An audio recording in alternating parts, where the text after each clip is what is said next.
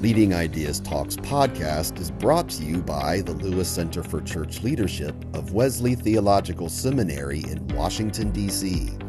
Subscribe free to our weekly e-newsletter, Leading Ideas, at churchleadership.com/leadingideas. Leading Ideas Talks is also brought to you by Developing Your Operating Budget. This video toolkit helps you understand what an operating budget is, different ways that churches create their annual operating budgets, and 5 common budgeting models. No matter your church size, this resource will help you build a better church budget. Learn more and watch introductory videos at churchleadership.com/shop. And remember, to stay up to date with the latest church leadership strategies and information, please like and subscribe to this channel and click the bell icon to get updates for new videos. Is your congregation too dependent on Sunday morning offerings? In this episode, Grace Pomroy from Luther Seminary shares research findings on congregations that are developing new and creative funding sources, not only to bolster the bottom line, but to better connect with neighbors and advance their missions. I'm Ann Michael. I'm a senior consultant with the Lewis Center for Church Leadership of Wesley Theological Seminary in Washington, D.C. I'm also one of the editors of Leading Ideas e-newsletter, and I'm so pleased to be the host for this episode of Leading Ideas Talks podcast. My guest today is Grace Pomroy, who since 2020 has served as the director of the Stewardship Leaders Program at Luther Seminary in St. Paul, Minnesota. In that capacity, she has directed a research initiative called Funding Forward, which is aimed at learning about more sustainable funding models for congregations that move beyond a reliance on Sunday morning offerings. The research team identified about 200 congregations in the U.S. and Canada who were experimenting with more sustainable financial models, and then took a look at what they were doing and what we can learn from their experiences. And this is such a critical subject, Grace. Thank you for agreeing to share with us and with our listeners. Absolutely. It's my pleasure, Anne. I listen to this podcast, so it's a pleasure to be on it as well. Oh, thank you for that. So the congregations that you studied had developed a number of different kind of funding sources, and I think it will help our listeners get a sense of what this is all about if we begin by having you name some of the alternate revenue streams that some of these congregations have developed and which are most common and significant. Absolutely.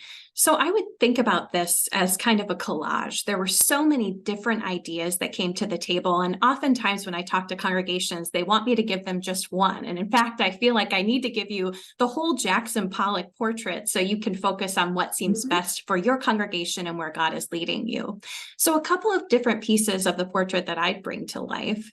One is property. Property is a big component for many congregations. So renting church property was the highest on the list for the congregations that we studied. Sale of church property was also on that list as well. But there were other things like starting a business, like a social enterprise. There were things like securing grants, repurposing endowment funds, maybe joining an impact investment might be part of that puzzle. There were a variety of different ways that congregations engaged in this work, which was really exciting to see. Mm-hmm. So some of the things that you just named may not be as familiar as others to people. So for example, when you talk about a social enterprise or a self-sustaining ministry, or you said an impact investment. Impact investment. Could you describe those categories? Yeah, absolutely. So I'll give a brief definition and then maybe a quick example as well. So it feels a little more grounded. So a social enterprise, let's begin. A social enterprise is a business for good. So this can come in a nonprofit format. It can come in a for-profit format. Oftentimes outside of congregation, social enterprises are thought about in a for-profit business model format.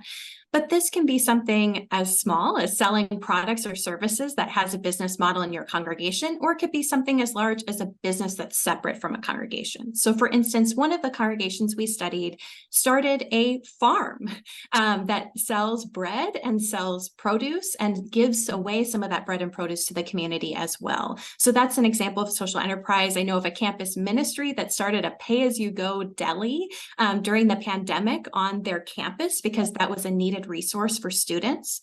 So it really can come in a variety of forms and can be something as small. Even when you think about things like a church bake sale, that's kind of a baby form of a social enterprise, and that it often has a good at the end of it, but it's not necessarily a defined business structure. Usually social enterprises will have their own defined business structure around that, whether for profit or nonprofit. And an impact investment, for instance, is a way of investing in a specific ministry or project that isn't a donation. You're actually putting money in, so some principal in, with the goal of getting a return that's not only financial, but also is social impact oriented. So for instance, a ministry that I know of, it happens to be a campus ministry in Madison, Wisconsin, was trying to build student apartments. And when they were building these student apartments, they wanted to find a loan that would allow them to do that work and not have to pay back as much interest. So they actually went to their regional church body and asked them to make an impact investment in this property so that they would be able to pay back on different types of terms. So that's an example of an impact investment. And you also mentioned grants, and I know that congregations oftentimes might get a grant from their denomination, but you really found that there were lots of other kinds of grants that might be accessible to congregations. So could you say a word more about that?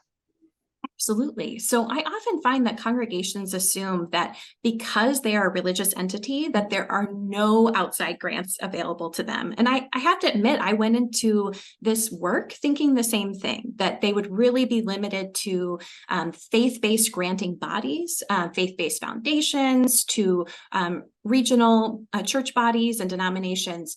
But in fact, what we found is that there were other bodies outside of it that really valued that church's work. So for instance, a church that's doing affordable housing, a church that's starting a business that meets a need in the community, these granting bodies wanted to be a part of it. Sometimes in order to be eligible for these grants, they did need to separate out that part of the church's life into its own business entity. But what I found is more and more the case, they didn't need to make that separation as long as they could make a business case for why that mattered to the individual granting organization. Yeah, that's really good to hear, because I think a lot of people do assume that unless you create a different separate 501c3, there aren't going to be that many available sources of grant funds. So that's really encouraging. In addition to learning about the different kinds of revenue sources that congregations have been availing themselves of, I think you also learned a great deal about what makes these different kind of approaches successful. So I wondered if you could share some of the key practices and perspectives that are important when congregations are moving into this kind of funding forward approach. Absolutely.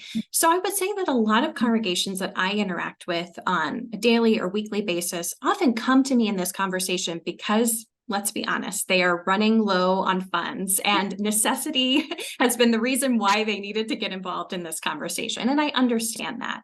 But what we found is that most of the congregations who had success in this area didn't just come to this journey for financial reasons. They actually used this financial incident where they were running out of funds, or they thought they might soon be running out of funds, as a catalyst to begin a larger conversation about what God might be calling them to do. So this was never solely financial motivated. There was usually a biblical, theological, missional motivation that came behind it. So as we looked at the 12 congregations we had a chance to really sit down with and interview, we found a couple of things coming together that really kind of sparked their success, if you want to think that in financial as well as kind of missional impact terms. And one component of that was having a clear sense of what God was calling them to do and to be, God's mission. What was God's mission for their particular congregation? How were they invited to join God's mission in their community? The other clear component they often had was community need. What were the needs in their community? What were the hopes in their community? And what assets did their community have that made it unique? And then the last piece of the puzzle that really motivated them to be able to spring forward was having an underutilized asset. Now, I realize people listening to this podcast, the first thing they're going to go to is property. And for many congregations, it was property as an underutilized asset. However, for some, it was something a little different. One congregation in particular, it was some gifts and skills that the staff had that were untapped. So for instance, a staff member who was a baker, a staff member who was a farmer, that was something they could use. Or they had people in their community who were really handy with tools. So they knew that they could do something with the building because they had a whole group of people who could make the building rentable. So it's not just property, but property could certainly be a piece of that puzzle. And those three things coming together really allowed congregations to make a broader impact in their community and to deepen their faith through this process as well. It was not just a financial journey. Yeah, that really relates to my next question, and that is that I think in addition to the financial advantages of this, you also found that there were some other advantages to congregations that took on these initiatives. And so I wondered if you could name some of those. Absolutely. This was the most eye-opening and fun part of the study for me. Honestly, I'm a financial gal. I do financial wellness. I like a church budget. That's where I live. I have a seminary education, but I know there are better people out there to do theology. And I was amazed at how much this came up in our work. So one area where we saw this was on the survey. We invited everyone who talked about a new income source, as we've talked about already in this podcast, to let us know if they had any evidence that this particular income source allowed them to create meaningful relationships with people outside of the congregation that they might not be able to meet otherwise. To be honest, we included this. We had no idea what type of data we would get from it, and became one of the most prominent pieces of data from our survey because we found that across all of the different income sources that we looked at, in almost every case but one, over 50% of the congregations who had used that income source said they were creating relationships. And this was not just a one-off or a two-off situation. In most cases, this was opening a whole nother door to people in their community that they would not meet otherwise. I think about one of the congregations we looked at has a farmer's market stand where they sell soup. And this has been an amazing outlet for relationships for them because they see the same people coming back every week to the farmer's market. They've created relationships with these farmers in their community who have helped them to form this soup. And then they get to sell that to these customers who they are also getting to know about their lives and create relationships at the stand. And then their goal is that you actually not only take the soup for yourself, but you give it away to someone else. So the relationships just keep rippling out from there. Others have said that formerly they felt like they were a black box in their neighborhood, that no one knew who they were. And yet starting these different revenue sources actually has opened the door to create relationships in ways that they'd never considered before, so much so that the community now sees them as an essential part of the fabric of that neighborhood. Yeah, that's just so amazing. I think that's so true when churches have to look outside themselves and think about, making connections, the evangelism opportunities, the outreach opportunities, the relational things that can come about. This is really significant. I think you also found that there was a spiritual dimension to this work too. You've already mentioned the deep connection to mission. And I mean, that's one of my mantras in stewardship ministry, that stewardship really is about mission. But where else do you see God in this? Absolutely. And I just want to tag on to one piece and then I will get to where I see God in this because it's so great. I often find that congregations at the beginning of this process will say to me, Grace, will this guarantee that I get more butts and seats and more money through the offering plate? I love that it's creating relationships, but I want it to create transactional relationships, if we're going to put a fine point on it, where people are coming to my congregation. And what we found, particularly from the interview sites, just wanted to clarify this for folks, was that often the people they were serving through these other income source outlets, whether they were renting out space in their building, participating in a social enterprise, or were a grantor or a grantee in a program that they had, those were generally not the people who were coming to the congregation. However, as word has gotten out in the community about what this church is doing, that has attracted people who may not have gone to church otherwise, who say, wow, I want to be a part of a church where that is seen as part of our ministry. So that's where people have seen some of the expansiveness of those relationships blossoming, leading to evangelism moments in their community. But it's not usually a one-for-one transaction. I see God in so many places in this work, but I have to say it's the congregations that have taught me where God is in this work.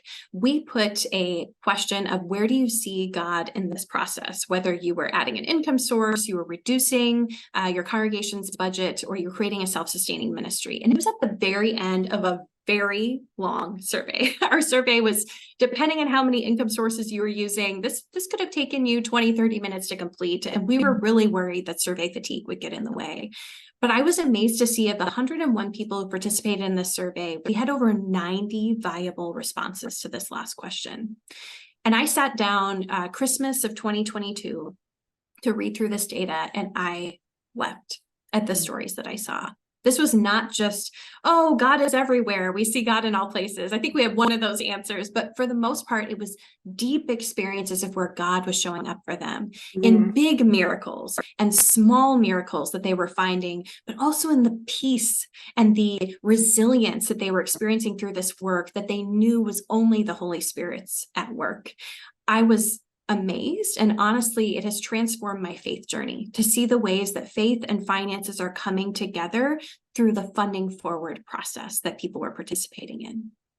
Well, thank you for sharing that testimony. I do often see testimony to faith come through as people talk about this journey that they take, that you think is about dollars and cents, but it's really, as you've said, so much about the mission of the church and where God is leading us. So thank you for that. So I wanted to ask you a question that's not in your research, but I wonder whether you have a sense of this. I wondered what your sense is of how significant some of these trends are church-wide. I mean, you admittedly were studying churches that were trailblazers. And for a lot of us who are looking at developments in church stewardship and finance, I think we have all been paying attention to certain leading churches that have been working in this space. And I think I've sort of become so captivated with some of this that I was really frankly surprised a couple of years ago when the Lake Institute study of congregations' economic practices came out.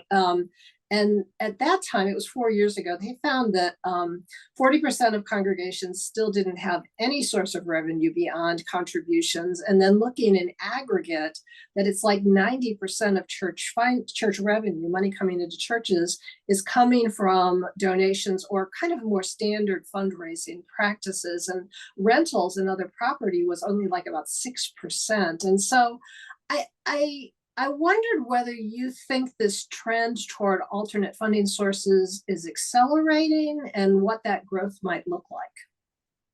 Absolutely. I would definitely say that it's accelerating. I also lean into that Lake Institute study, and it's amazing to me, particularly prior to the pandemic when that study was done, how much revenue was coming in from the offering plate, and most of that happening on Sunday morning through physical transactions. I mean, it was quite shocking. And yet, even though we know online giving has exploded because of the pandemic, most congregations who were reticent took that up pretty quickly once the pandemic silver set lining in. of the pandemic, right? Exactly. But it's been fascinating to see how, for many congregations, not all, the trends in attendance have gone down. That also has led in some congregations to a decline in revenue. It's not necessarily a one-for-one, but it's important to note that. But I think even for those congregations that have not seen a decline in revenue, but are seeing a decline in attendance, often that's the case because they've got some usually older donors who are going to be soon, sadly, aging out of the congregation, who are bringing in significant funds. And when they pass away, it could be a real wake-up call for them. So I often encourage congregations, because this is more missional than financial, let's get into the conversation sooner. There's nothing wrong with adding an additional source of income that allows you that buffer if you run into this situation. Because the reason why we should be doing this work is not just because of finances, but because of God.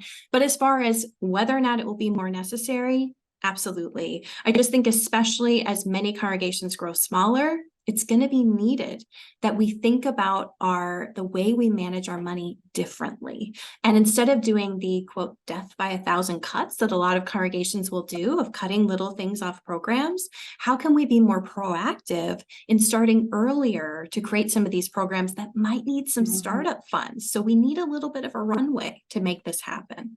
Yeah, in Lovett Weems, in my book, Generosity, Stewardship, and Abundance, we talk about this under the umbrella of abundance. That this is one of the ways that congregations can creatively tap into, all the possibilities that God has put before us, in order to, that there's a lot of possibility. And when we're only thinking about Sunday morning offerings, we're really limiting our church.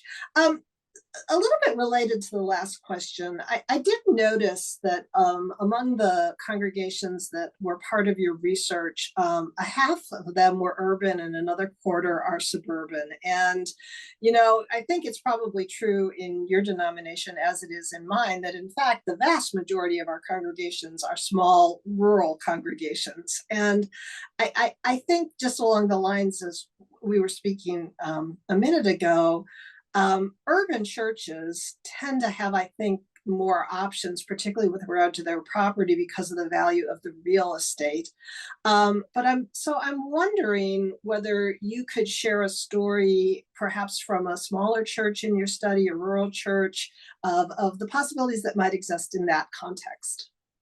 Absolutely. I'd be really happy to. And I will just say, as we were putting together that original list of 200, we wanted to have more rural and small congregations. And for some reason, the list just didn't lead us in that direction. And when we got our responses, we just had less responses from small and rural congregations. Yeah. Yeah. It's just it's so tough. And that's why we decided to overrepresent them in our interview series by including even more small and rural. So I share two of the stories from them, which I think are really beautiful. So one of the stories is from a small congregation in Gulf Shores, Alabama, and they decided, they actually got to a point that was really pretty scary. This person had come in as their pastor during the pandemic and realized shortly after they arrived, about 6 months in, that this congregation had only had 2 years worth of salary for that pastor. And she was never told about this during the interview process, never told about this. I'm sure many clergy are shaking their heads as you hear this story. You've heard urban legends like this before, or maybe you've experienced this. And she's a finance person. She actually has some finance background and said, well, we need to make a change here. We need to make a big change. And it can't just be a small thing. We're not going to be here if we don't make a shift. So they decided to take a look at all of the different assets that had been entrusted to them and really to brainstorm and think creatively about that. And the pastor at the same time decided to have some conversations with people in the community to see what the needs were. And they really found two different needs. One was childcare. There was a distinct need for childcare in the community, and one was a need for affordable, rentable office space. And as they were looking at the numbers, they realized that childcare was not necessarily going to be able to help them in their particular instance to fill in their finance gap. Just to say, we did have someone in our interview series who did a daycare and has done many daycares, and it's been financially viable for them. So don't say you should rule that out entirely. It just wasn't viable for them. However, they looked into affordable office space and found that there was a lot of viability there. So they decided to shift most of their building into affordable office space. They rent out one of the staff spaces in their church office. They rent out most of their education wing, their church library, and even have, I believe, parts of their fellowship hall to be able to be used as kind of a conference space. And amazingly, they were able to get all 7, I believe, is the number of those spaces rented within a year. So very quickly able to get these spaces rented, mostly because there was a gentleman in the community who was very handy, who was able to bring those spaces up to date, bring them alive. And it's been so exciting to hear their story, to hear how that has really changed the perception of that church in the community, that this is a place that people see as a place where they can work, but also a place where they can worship. It has transformed the space because they have an artist who's renting one of their spaces who asked to put art up on the wall. So now it's become more of the renter's space and the church's space, but also just in talking to the church musician, hearing about how it really enlivens her that when she goes to get coffee as she's going to practice her music for Sunday, like the conversations that happen around the coffee station are so different now that they've got those renters there, and it really has allowed the church to come alive. A second story that I would share is from a congregation in New Hampshire that's very small, very rural, and they have decided to move to a part-time ministry model. And it has been an incredibly viable experience for them to shift down to 50% but they're part of the journey still, trying to figure out, what does this mean? If we only have a 50% pastor, what else do we need to pick up? What exactly does this look like? So getting to talk to the congregation in the midst of this transition to really focus more on lay leadership, and see what lay folks in the congregation are willing to pick up and what might need to be left behind, moving to 50%. It's been really exciting to see. And I would definitely say that rural congregations can still have space to use their buildings in different ways. It's just a different experience. So for instance, I've seen many rural congregations, not any we interviewed, who have started to open up their space to medical professionals, because that means people won't have to drive as far of a distance. So there's different types of opportunities, but I agree, very different from an urban and suburban environment. You know, I worked with a student, a Wesley Seminary doctoral student, not too many years ago, and he was in a congregation that historically had really funded itself through all kinds of fundraising. And the congregation just became so absorbed in one fundraiser after another that it just really kind of absorbed all their energy. And his goal was to try to get the congregation to really embrace biblical giving so that they wouldn't have to spend so much of their time doing fundraising. And so I think, you know, for congregations that are moving toward more creative approaches to funding and financial stewardship, I guess my question is, how can they still stay focused on what I think is a really core aspect of the church's mission, which is to help congregants learn how to give generously? Oh, Anne, I'm so glad you asked this, because this is a passion of mine, as I'm sure you know. So I don't want to leave that at the door. So a couple of things that I would say about that. If you go down the path of pursuing different income sources, and I hope you'll at least consider it or open your mind to that idea, it's really important that you're incredibly transparent with the congregation. So for instance, I know of a congregation in a downtown area that rents out its parking lot during the week for people who commute to that downtown area to go to work. And people assumed for a long time that they were making exceptional amounts of income from that parking lot space, and that all of that income would be able to fund the church. People have legitimate questions about this. And I think it's really important to know that people will overestimate how much you're making through those income sources. And if they don't go to a specific area, that can be really tricky. Now, I realize everybody's budget is different, your budget system's different, but if you have a way to direct those funds toward a specific purpose, I would encourage you to do so. So for instance, with this urban congregation, if I were to go to them, I would say, for that parking lot, I think that revenue should be generated towards the church property. How can we put that towards any renovations that need to happen on that church property? Don't put it towards the most exciting program on your budget. So for instance, if youth ministry is what people are excited about, don't use those funds to fund the youth ministry. You're already going to have enough people who want to fund that. So that piece aside, I do think the offering plate is so important. And this frees us to think about the offering in really generative ways. So we can think about generosity on more wavelengths than just financial. So I think about a congregation that I was a part of where we had many entrepreneurs, people who were just starting out in their careers, college students. And when the offering was just one note of give money, and that's it. It really didn't resonate with them. So we had different offering stations where people could give money. We had places where people could offer prayers. We had places where people could volunteer. And we had an area where people could interact with the sermon and put that into practice in a new way. I love Mark Allen Powell's work, where he really focuses on how the offering is an act of worship. Right. And giving is a piece of that. But there are also other things that we are called to give from what God has entrusted to our care. And I think putting these other income sources in place gives us a little bit more freedom to not feel like we are begging for money, but to really help people understand generosity as a spiritual practice and grow into that practice, not out of scarcity or necessity. And not just seeing church giving as a way to pay the church's bills, but as truly form of congregational generosity that might then be able to be used to benefit others as well as just the church. I think some of the advice that you were giving is similar to what I often hear with regard to the use of endowments.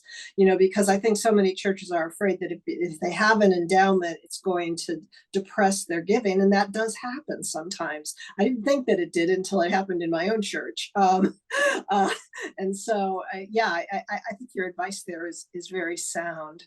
For churches that wanted to start thinking about pursuing some of these options toward more creative and sustainable funding sources, how would you recommend that they get started? Yeah, I recommend that you start in two ways. The first is that you really take the time to inventory the assets that God has entrusted to your congregation's care. I often encourage congregations to start here, which feels a little odd to those of us who are theologically trained, because I think most times when people come to this conversation, they're feeling that resources are really tight and things are really scarce, and they're assuming that they have nothing that's been entrusted to their care. So taking that time to step back, and a couple of categories that I encourage people to think about. Certainly you can think about financial or physical assets. I encourage you to think about those, but also think about skill assets. What are some of the skills in your community? Thinking about time assets. Who in your community and congregation might have some time that they can give that may not come with a specific skill, but they have time that they can share. And then also network assets, which I would say is probably one of the most underutilized assets. Who is in your congregation's network? Who might you partner with? Because none of these congregations did this work alone. Partnerships were a key piece of the puzzle, and often congregations are reluctant to create those relationships with other partnering organizations, which does them a real disservice. So I'd encourage you to think about what are those assets and really inventory them, and begin to think about what's unique about our particular context in comparison to maybe some other contexts around us or other stories that you're hearing. If you happen to read through my research, you might say, oh, well, that's a little different about us. So for instance, a congregation I know who is a part of our survey who is in Detroit, they had a lot of young men who were previously incarcerated who were not able to get traditional jobs, but had a lot of ideas for how they might be entrepreneurial and serve their community. That was a unique asset that doesn't fall on paper in a church's budget. So how might you use that to not only generate income, but also to just really meet this need in our community and serve these young men who were in need? So that's a key piece of the puzzle. And the other piece, which I really encourage congregations not to skip past, is doing the discernment work. How are you called to participate in what God is up to in your community? And I offer in the book that I will have coming out here in the next year, so I offer some steps for how we might do that, but just some things that I would share. Taking that time to really listen to community members, not just asking them what they need, but listening to their hopes and their dreams for the community, asking who else you should talk to. I know that Leading Ideas has offered so many great resources on that, and I would encourage them to check those out. Also, taking that time to cultivate God language in your community. I would say for the people that I serve, particularly in mainline denominations in the ELCA, we're not used to talking about what God is up to in our community. And it takes time to learn that language and to take those steps. But this is often more about listening and then beginning to put our arms around what God is calling us to do. What is our piece of that unique mission? And creating a mission statement is not the end of the story. That's just one thing that propels this journey of listening and discernment forward. As we begin to draw to a close, as you're describing these things, it does occur to me, since we focus a lot on leadership, that a lot of times I think church leaders come into the ministry probably without really the skill set to think more entrepreneurially and to create and change in some of these ways. So what are some things that leaders can do to prepare themselves to be a bit more entrepreneurial and manage some of these kinds of things? The good news that I have for you leaders is that you already have the skill sets in place to do this work. The best thing that you can bring is your vision for what God is up to in the community, and coaching and encouraging those in your community who'd want to participate in this work. No matter how small your congregation is, you likely have people who have never engaged in volunteering in your congregation's ministry because they never felt like they were the fit to be the greeter, to be the Sunday school teacher, to be the reader on Sunday morning. But they would love to be able to pick up their hammer and tools and be a handyman. My dad is one of those. Like, he does not want to stand up in front of people and lead this way, but he would love to be put to work. There might also be entrepreneurs in your congregation who say, hey, I get all the business stuff. I can do that, but I need to know how this relates to ministry. So your job is to be that translator. And this can be really challenging for leaders because we're used to being the ones who lead the way and others follow us. And in this case, it's going to be a more collaborative work where we each bring our gifts. Yeah, that's a really helpful perspective on that. So before we finish, you did mention that this is going to be published. So can you tell us a bit about what's coming in that regard? Absolutely. We've got a lot of great work that we will be disseminating through Luther Seminary's Faith Lead site. So we are soon to be publishing an ebook on these research findings, which I hope you all will have a chance to check out. We'll be talking about our interviews as well as our survey data there. And then soon we're hoping to roll this into an online course that you could take. So if this is something that sounds interesting to you, we hope you'll join us for one of those. And then after that, sometime in 2024, there will be a book coming out through Fortress Press on this topic. So I'd love to have you all learn more about what we've studied. And most of all, I'd love to hear your stories as you're engaging in this work. Yeah, well, thank you so much, Grace.